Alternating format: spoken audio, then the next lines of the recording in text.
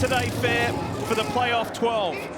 And you've got that Rheem Toyota of Christopher Bell leading the field to green. It's time to bring the action here in Kansas. Let's go. Let's get the next phase of the playoffs started.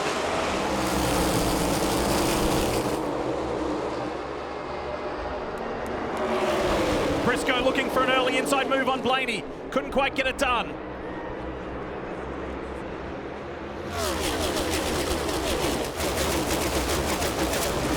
Oh, there's already an incident. At the back of the pack, Josh Berry is one of the cars. Lock it down. Mentioned Josh Berry, the 16 as well. Ty Dillon, we saw him spinning around.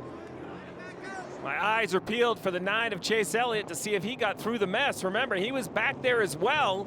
Because of that required engine change, I think he was fortunate enough to sneak through. There's Chase. Doesn't look like any damage on the 9, but that had to have the hearts racing of the fans for Chase Elliott, for sure the crew. Let's see what happens, Jeff. It's always crazy, 2, 3, 4 wide in the back. Berry's down on that low side. Look at Ty Dillon. Busher checks up. Harrison Burton was in the middle there as well, and Jimmy Johnson making contact with Ty Dillon. Yeah, it looked like the 9 of Chase Elliott gaining some spots on the outside, and then 4 wide on corner exit. It's just narrow. It seems like, hard to tell from that angle, but the 21 was to the right of the 16. Then you had the 16, and there was a car to the left, and it looked like they converged onto the 16. If you look in front of them, they get slow. Right in front of this. Kind of checked everybody up. Yeah, I mean, it was right rear only, but it never, like, totally straightened me out, you know, so it was pretty light. My wheel has not moved. Ryan Blaney, that white hooded car, 3 wide in the middle. Stack up back in the middle. You see the 5 involved, the 2 of Cindric, that bright yellow car on the bottom, the 77 right in the middle of Hocevar. Goes right past his teammate Zane Smith, tucked in behind Chase Briscoe. Nothing sorted out front as we're still 2 wide between Joe Gibbs Racing Toyota teammates Ty Gibbs and Christopher Bell. Ty Gibbs with the advantage right here. Gets a little bit tight on corner exit.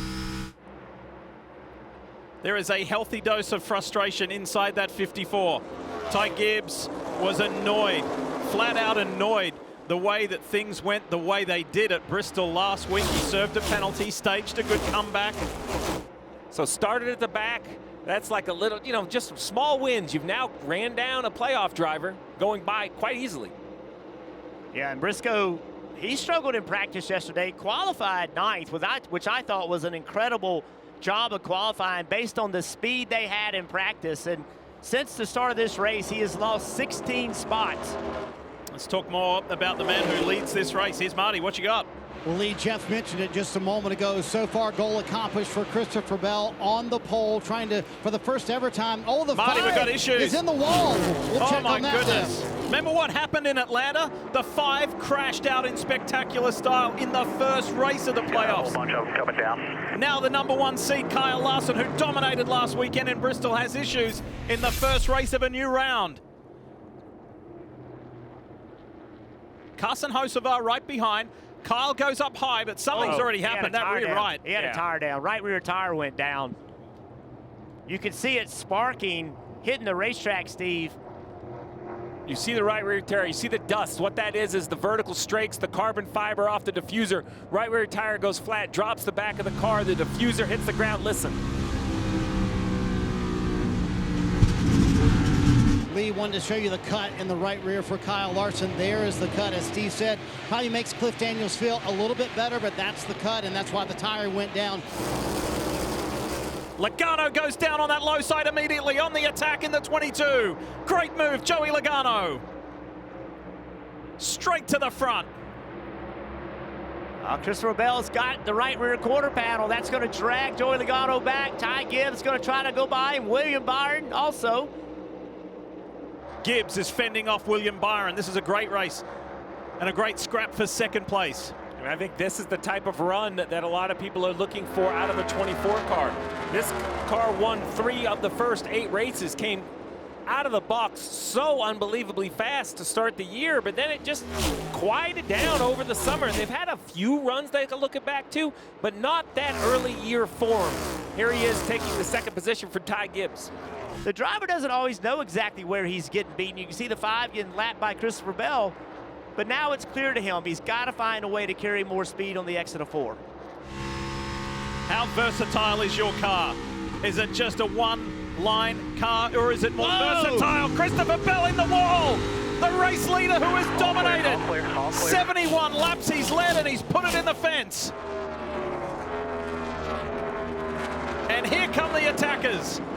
William Byron forced Christopher Bell into that mistake. Just not the side grip it needs. He overcorrects it just a little bit, chases it up into the wall.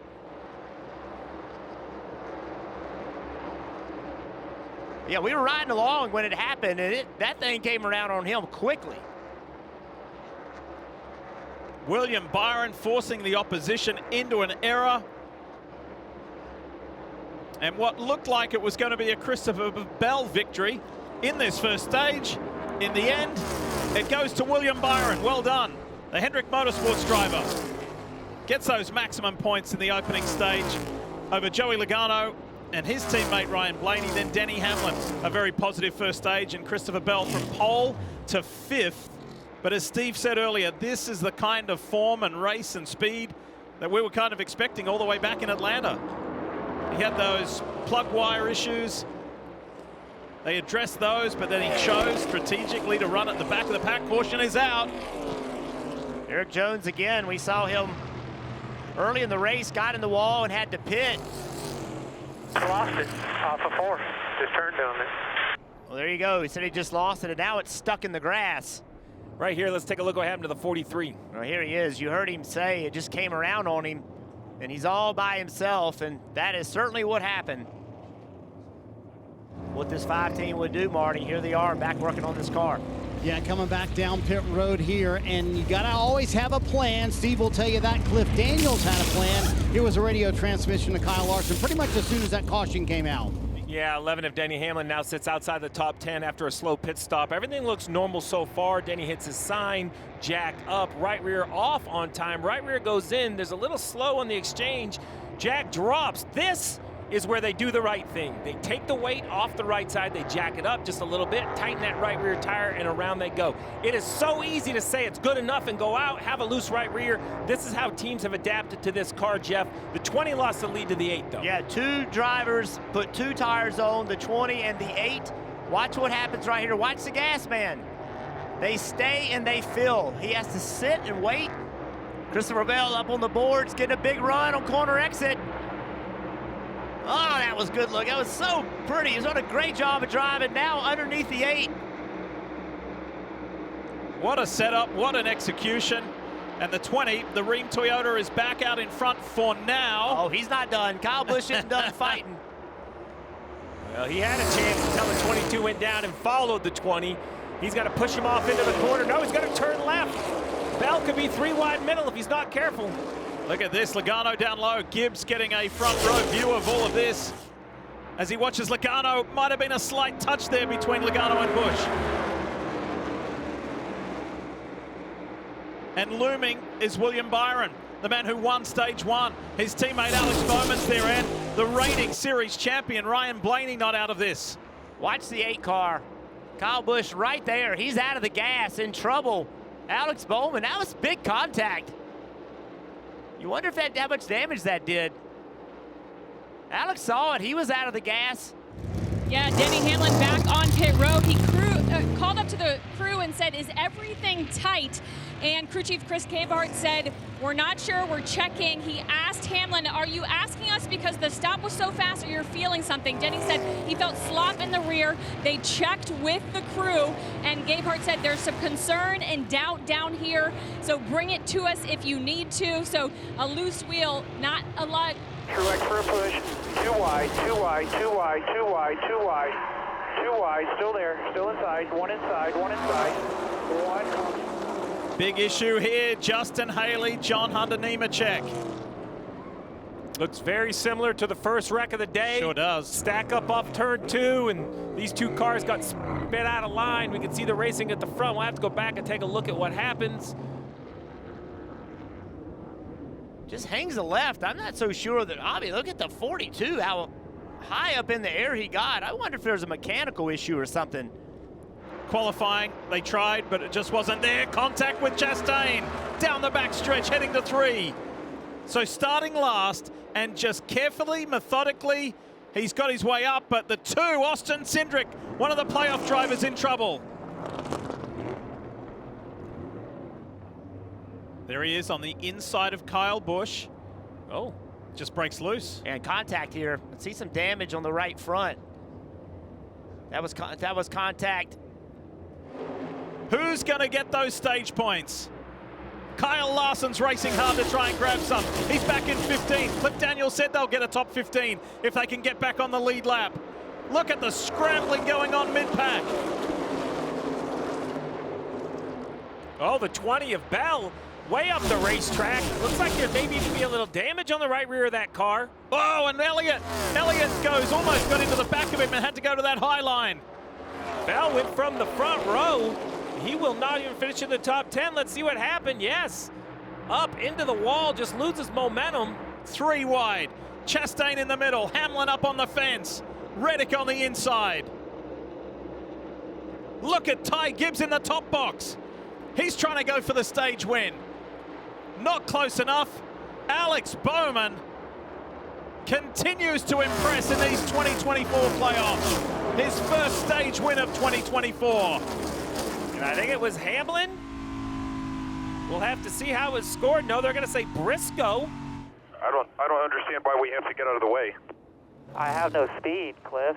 Like, I don't know if you can see, but I'm so draggy. Yes, Steve, so they have tried and tried and tried to get this 5 car back to the condition that they feel like it could be to finish top 15, but clearly they have some work to do, not only on top of the pit box, in the pit stall, but Kyle Larson behind the wheel as well. That was the onboard, the Coca-Cola onboard of Suarez, who's running 12th. This is for the lead of the race. Carson Hocevar will not be able to hold off that Trackhouse #1 of Ross Chastain. Chastain not in the playoffs, but knows how to win races when he isn't. Remember, he won the championship race a year ago, was not part of the championship 4. Rarely do we see that.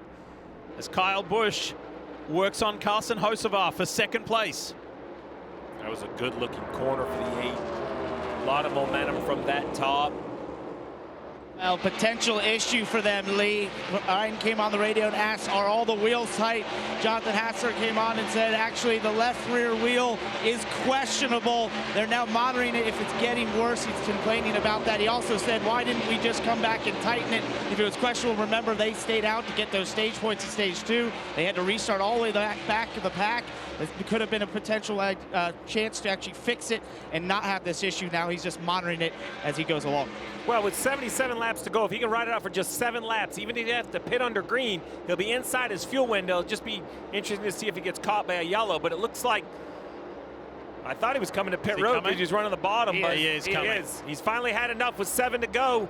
76 to go now in the race. He can no longer ride it out. The 12 of Blaney on pit road. Back-to-back runner-up finishes, followed it up with another top 10. Last 2 races haven't quite gone to plan, but here he is. He's at the front and challenging. Chastain got a little loose there. Here comes Kyle Busch. And now he's going to side draft him. Going to drive straight to the bottom of the middle of the racetrack, try to overdrive the corner, slide up in front. No, he doesn't do it. He gives Chastain the outside. And I think Chastain's going to use that momentum to drive back around the 8. It's kind of very odd for a car with problems to be running right up against the wall or in the middle. This may just balk Chastain enough for Busch to get a run, and he does. Cindric does a nice job going down and pulling the 8 back with the side draft. There you go. Look, Chastain knew he was going to try to overdrive it and gassed it up himself. Yeah, Chastain had forward momentum on him getting into turn 1. Byron, Bowman, Hamlin, Reddick are all playoff cars because I think that makes him a little more nervous. Now the 8 is door-to-door with the 1. Yeah, he's got to take it now. He's got forward momentum on him. That's it. These 2 guys both pitted at the same lap last time. But who's going to pit first? How's this going to play out with 63 to go here in Kansas? Here comes Chastain, and Busch is making it difficult for him. Yeah, but Busch has the line that he wants. So now just drive in the corner with Chastain. You'll be able to overdrive it through the middle of the corner and take the spot. Will he be able to stay in front of that hard-charging 19 of Truex? Truex off the banking. I think Truex will get Chastain, but not the 8. Let's see, with the momentum carrying past Chastain, it should. Martin goes the high side. Yeah, Chastain on those new tires, though, he was able to smoke it down into turn 3. Keep Truex from passing him. Look at the advantage that Busch got on that last stop, or what should be the last stop. He's got to be really good right here. If not, he can make a mistake, and Chastain can get by him. Briscoe gives him the top, but now Briscoe up to the top. No, he doesn't. Oh, he pinches him off. Whoa, in the wall! Busch is gone! It's over for Kyle Busch. Let it roll. Caution is out. A day that looked like a dream run and maybe a victory run has come to an end. I mean, Briscoe gave him 95% of a lane. I'm not sure it was a whole car width, and the 8 lost control. I mean, you see it gasses up. He's going to try to get to the outside of the 14 if there's room for a car there, which I think there is. It's by like a few inches. Yeah, it's a few inches, and the problem was that Kyle Busch couldn't be patient in that situation because of the fact Chastain being right behind him. He thinks Briscoe's giving him the top, and he's not. And the way Briscoe entered turn 1, I would have thought, if I was Kyle Busch, that Briscoe is going to give me the top. There'll be 20 to go. When they see the green, it's 2 non-playoff drivers that lead this field back to green. Martin Truex Jr., Ross Chastain. Here come the playoff guys. Hamlin with a big move, and they're 4-5 wide into turn 1. Chastain's cleared them. Great restart. Here comes William Byron. Look at that blue and white car. Oh. The Valvoline Chevy on the attack on the inside. Blaney is back in the mix. That last caution came out at a good time for him. Remember, he was playing catch up after having to come back to pit road for a loose wheel. Hamlin again on that low side. He's on the attack. He is +6 since the restart, making it work on the bottom of the racetrack. Can he keep the momentum up? Bell to his outside. They're going to try to drag race. I believe Hamlin's going to want to sneak in behind him. He won't. He'll stick with the bottom. He might give a little bit of pace up, but he can't give that much pace up. That was a big gain by William Byron on corner exit. This corner has to be perfect. If the 24 can do that again, the white flag lap will decide it. He's done it. A lane lower, closing in on the 1. Look at that. It's down to 2.5 tenths of a second. They're coming to the white flag. 1 lap to go here in Kansas, presented by Credit One Bank.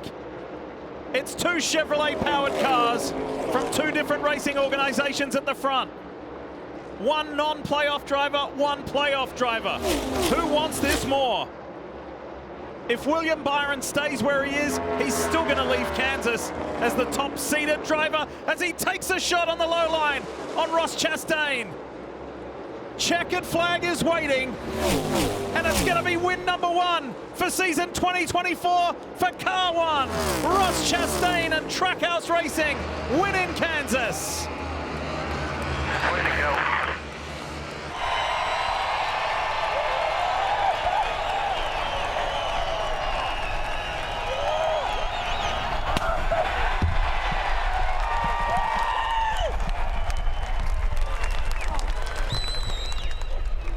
Hi, I'm Parker Kligerman. For more access like this from Pit Road, be sure to click and subscribe to the Motorsports on NBC YouTube channel.